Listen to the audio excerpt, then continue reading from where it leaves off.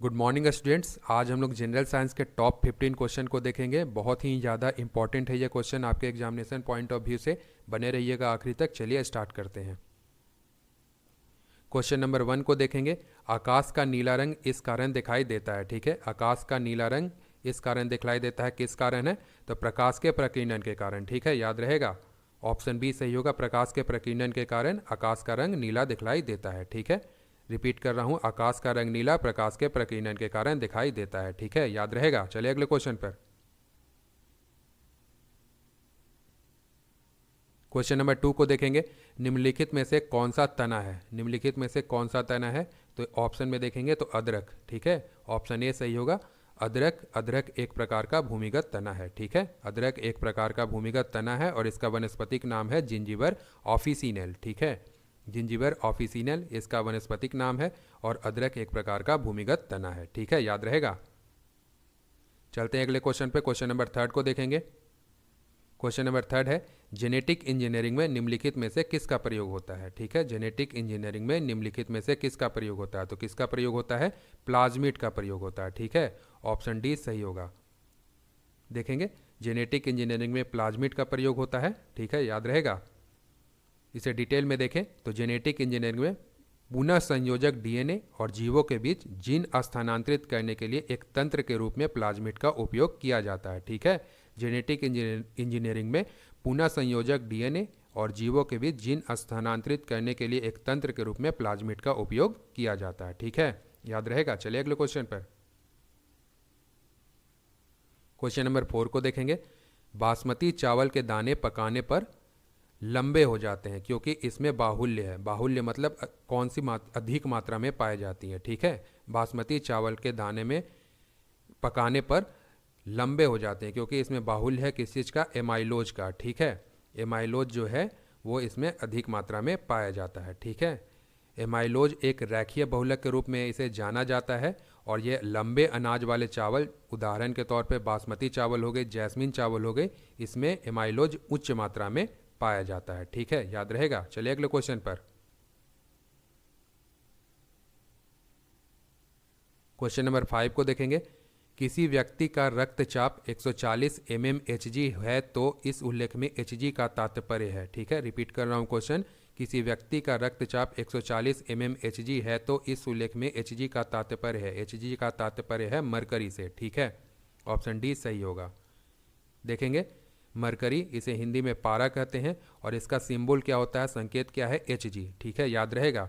Hg का तात्पर्य है मरकरी से और इसकी परमाणु संख्या 80 है, 80 है। ठीक है, परमाणु संख्या 80 होती है और रक्तचाप का जो मेजरमेंट होता है, जिस उपकरण से किया जाता है, जिस इंस्ट्रूमेंट से किया जाता है रक्तचाप का मेजरमेंट, उसे स्फिग्मोमैनोमीटर कहा जाता है। ठीक है, जिस उपकरण से रक्तचाप को मापा जाता है उसे स्फिग्मोमैनोमीटर कहा जाता है और mmHg का पूरा मतलब होता है मिलीमीटर ऑफ मरकरी। ठीक है, नेक्स्ट पॉइंट है, पारा का जो निष्कर्षण है सीनेबार अयस्क से किया जाता है। ठीक है, पारा का जो निष्कर्षण है मुख्यतः सीनेबार अयस्क से किया जाता है। और तीसरा पॉइंट है, पारा चांदी के समान सफ़ेद चमकदार धातु होता है। ठीक है, पारा एक प्रकार का धातु है और यह सामान्य तापमान पर तरल अवस्था यानी लिक्विड अवस्था में होती है। ठीक है, याद रहेगा। चलें अगले क्वेश्चन पर। क्वेश्चन नंबर 6 से देखेंगे। मानव गुर्दे में जो पथरी है निम्नलिखित में से किस वजह से बनती है? ठीक है, मानव गुर्दे में पथरी है जो किस निम्नलिखित में से किस वजह से बनती है? तो किस वजह से बनती है? कैल्शियम ऑक्जेलेट की वजह से। ठीक है, याद रहेगा। ऑप्शन ए सही होगा। कैल्शियम ऑक्जेलेट की वजह से मानव शरीर में गुर्दे में पथरी बनती है। ठीक है, देखेंगे, मानव शरीर में कैल्शियम ऑक्जेलेट एकत्र होने के कारण पथरी नामक रोग होता है। ठीक है, याद रहेगा।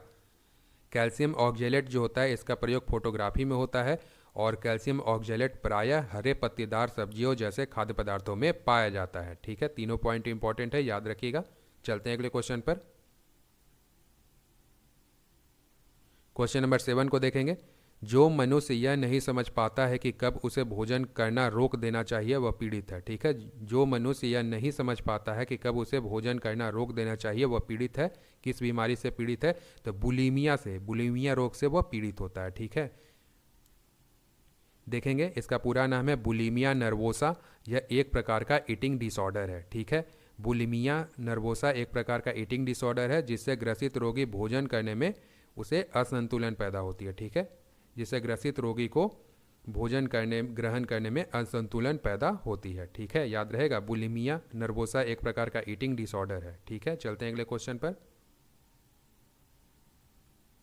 क्वेश्चन नंबर 8 को देखेंगे। मिर्च की तीक्ष्णता का कारण है। ठीक है, मिर्च की तीक्ष्णता का कारण है तो क्या होगा? ऑप्शन सी सही होगा, कैप्साइसिन। ठीक है, कैप्साइसिन की उपस्थिति के कारण मिर्च में तीक्ष्णता होती है। ठीक है, देखेंगे कैप्साइसिन की उपस्थिति के कारण मिर्च में तीक्ष्णता होती है। इसके अलावा जान लो आप, ऑप्शन में लाइकोपेन है, लाइकोपेन के कारण टमाटर का रंग लाल होता है। ठीक है, कैरोटीन की उपस्थिति के कारण गाय के दूध का रंग हल्का पीला होता है। ठीक है, एंथोसाइनिन की उपस्थिति के कारण प्याज का रंग लाल अथवा गुलाबी होता है। ठीक है, याद रहेगा, लाइकोपेन की उपस्थिति के कारण टमाटर का रंग लाल होता है, कैरोटीन की उपस्थिति के कारण गाय के दूध का रंग हल्का पीला होता है, और एंथोसाइनिन की उपस्थिति के कारण प्याज का रंग हल्का लाल अथवा गुलाबी होता है। ठीक है, याद रहेगा, इंपॉर्टेंट है, इसे याद रखिएगा। चलते हैं अगले क्वेश्चन पर। क्वेश्चन नंबर 9 को देखेंगे। मानव शरीर के लिए कौन सा रक्त समूह यूनिवर्सल डोनर होता है? ठीक है, मानव शरीर के लिए कौन सा रक्त समूह है, ब्लड ग्रुप की बात कर रहा है, जो कि यूनिवर्सल डोनर होता है, तो कौन सा है? O negative group, blood group. ठीक है, ऑप्शन ए सही होगा। ओ निगेटिव समूह जो है जिसे यूनिवर्सल डोनर के रूप में जाना जाता है। ठीक है, देखेंगे रक्त समूह ओ निगेटिव सर्वदाता और रक्त समूह A B, blood group A B जो है वो सर्वग्राही यानी यूनिवर्सल एक्सेप्टर रक्त समूह ब्लड ग्रुप के रूप में इन्हें जाना जाता है। ठीक है, क्योंकि इन रक्त समूह में कोई भी प्रतिजन नहीं होते, एंटीजन नहीं होते, अतः यह रक्त सभी व्यक्तियों में आसानी से चढ़ सकता है। ठीक है, याद रहेगा, इन रक्त समूह में कोई भी प्रतिजन नहीं होते, अतः यह रक्त सभी व्यक्तियों को आसानी से चढ़ जाता है। ठीक है, अगले क्वेश्चन को देखते हैं। क्वेश्चन नंबर 10 को देखेंगे। वायु की गति निम्नलिखित के द्वारा नापी जाती है। ठीक है, वायु की गति निम्नलिखित के द्वारा नापी जाती है तो किसके द्वारा नापी जाती है? तो एनीमोमीटर के द्वारा। ठीक है, ऑप्शन ए सही होगा। ठीक है, याद रहेगा, एनीमोमीटर के द्वारा वायु की गति मापी जाती है और बैरोमीटर के द्वारा वायु दाब मापा जाता है। ठीक है, हाइड्रोमीटर के द्वारा हवा का अपेक्षित घनत्व मापा जाता है और विंड वेन के द्वारा पवन की दिशा मापी जाती है। ठीक है, याद रहेगा। चलिए अगले क्वेश्चन पर। क्वेश्चन नंबर 11 को देखेंगे हम लोग। क्वेश्चन नंबर 11 देखेंगे। मानव की सामान्य स्वस्थ आंखों के लिए स्पष्ट दृष्टि की न्यूनतम दूरी मापी जाती है। ठीक है, क्वेश्चन रिपीट कर रहा हूं, मानव की सामान्य स्वस्थ आंखों के लिए स्पष्ट दृष्टि की न्यूनतम दूरी मापी जाती है। कितनी होती है वो? 25 सेंटीमीटर होती है। ठीक है, याद रहेगा, ऑप्शन बी सही होगा क्वेश्चन नंबर 11 का।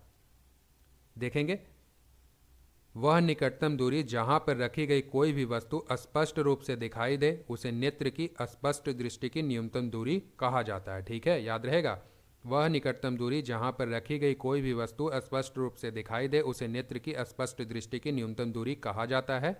सेकंड पॉइंट है, मानव की सामान्य स्वस्थ आंखों के लिए स्पष्ट दृष्टि की न्यूनतम दूरी 25 सेंटीमीटर मानी जाती है। ठीक है, मानव की सामान्य स्वस्थ आंखों के लिए स्पष्ट दृष्टि की न्यूनतम दूरी 25 सेंटीमीटर मानी जाती है। ठीक है, तो याद रहेगा। चलिए अगले क्वेश्चन पर। क्वेश्चन नंबर 12 को देखेंगे। क्वेश्चन नंबर 12 है, धुएं में आंखों को प्रभावित करने वाला कौन सा शक्तिशाली उत्तेजक होता है? ठीक है, धुएं में आंखों को प्रभावित करने वाला कौन सा शक्तिशाली उत्तेजक होता है? तो वो क्या होता है?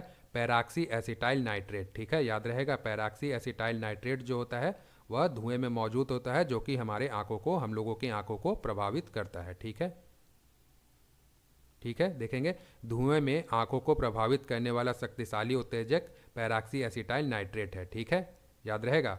इसके अलावा देख लो, यह एक फोटोकेमिकल है जो कि धुएं में मौजूद एक द्वितीयक प्रदूषक है। ठीक है, इसके अलावा तीसरा पॉइंट है, पैराक्सी एसिटाइल नाइट्रेट जो है इसका जो उत्सर्जन होता है मुख्यतः ऑटोमोबाइल और उद्योगों से अधिक होता है। ठीक है, तीनों पॉइंट इंपॉर्टेंट है, याद रखिएगा। चलते हैं अगले क्वेश्चन पर।